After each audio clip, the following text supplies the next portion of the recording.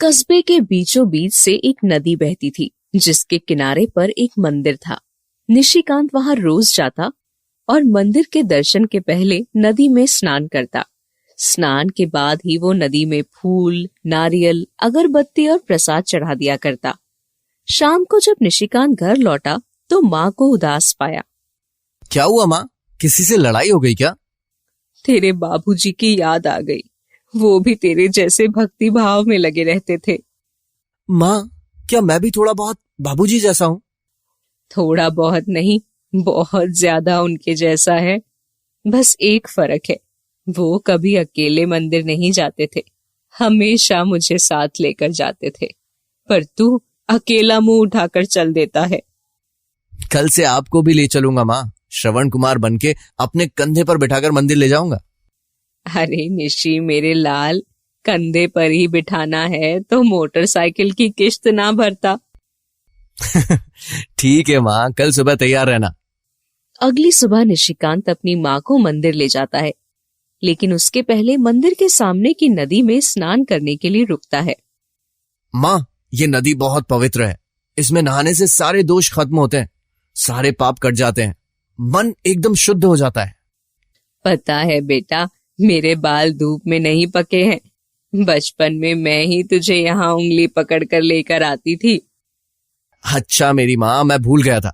रुको, मैं नदी में चढ़ावा चढ़ाकर आया। अरे चढ़ावा मंदिर में चढ़ा देना, नदी में क्यों? नदी भी तो माता का स्वरूप है ना माँ। पर बेटा नदी गंदी हो जाएगी। माँ, बहुत बड़ी नदी है, इतने से चढ़ावे से गंदी नहीं होगी। और जो नदी सबको पवित्र करे, वो गंदी कैसे हो सकती है? पर बेटा। माँ, बच्चा अगर बचपन में अपनी माँ की गोद में सूसू या उल्टी कर दे तो क्या माँ अपवित्र हो जाती है? माँ के पास निशिकांत की इस बात का कोई तर्क नहीं था। नदी में चढ़ावा बहाने के बाद निशिकांत मंदिर में जाकर पूजा करता है। माँ भी हाथ जोड़कर भगवान के सामने खड़ी है, पर उसके मन में यही चल रहा है कि कैसे निशिकांत को समझाए कि नदी गंदी हो रही है, उसकी अंध भक्ति के कारण। घर लौटते वक्त माँ निशी से कहती है, मैं कल से तेरे साथ नहीं जाऊंगी। क्यों, क्या हुआ?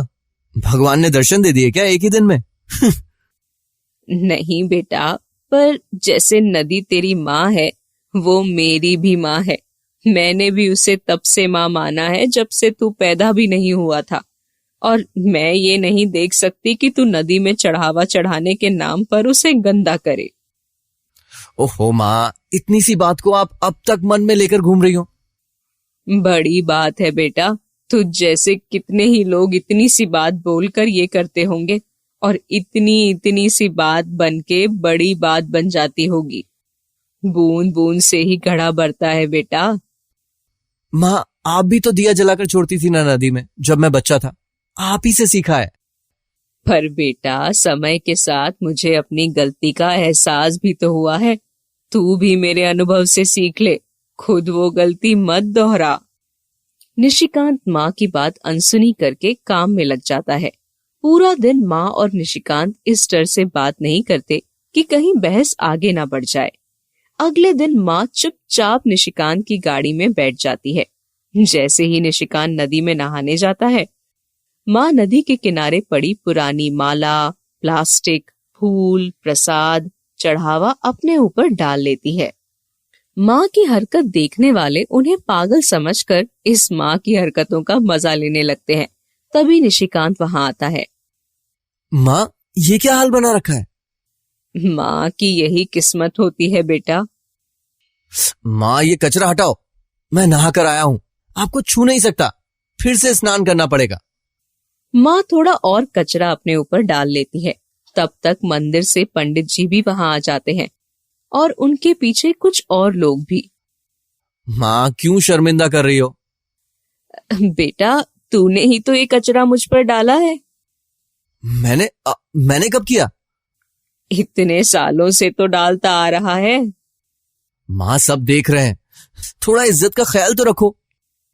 क्यों बेटा, अपनी माँ पे कचरा देखकर मन विचलित हो गया? पर नदी को माँ बोल के उसमें रोज जो कचरा तुम डालते हो, उसके लिए मन में कुछ नहीं होता। आज तेरी माँ पर कचरा पड़ा तो तुझे इज्जत का ख्याल आ गया, पर नदी को माँ बोल के तू रोज उसे गंदी करता है। उसके लिए कोई शर्मिंदगी नहीं है। निशिकांत के पास कोई जवाब नहीं होता। वो पंडित जी की तरफ देखता है। पंडित जी, आप ही समझाइए ना माँ को। समझने की जरूरत तो बेटा तुमको है। माँ सही तो कह रही है।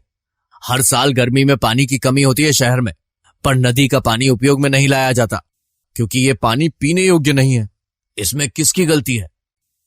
निशिकांत के साथ उस दिन वहां खड़े सभी लोग समझ जाते हैं कि नदी को माँ बोल के अपनी माँ में कचरा बहा देना और उसके आसपास गंदगी करना अच्छी बात नहीं है।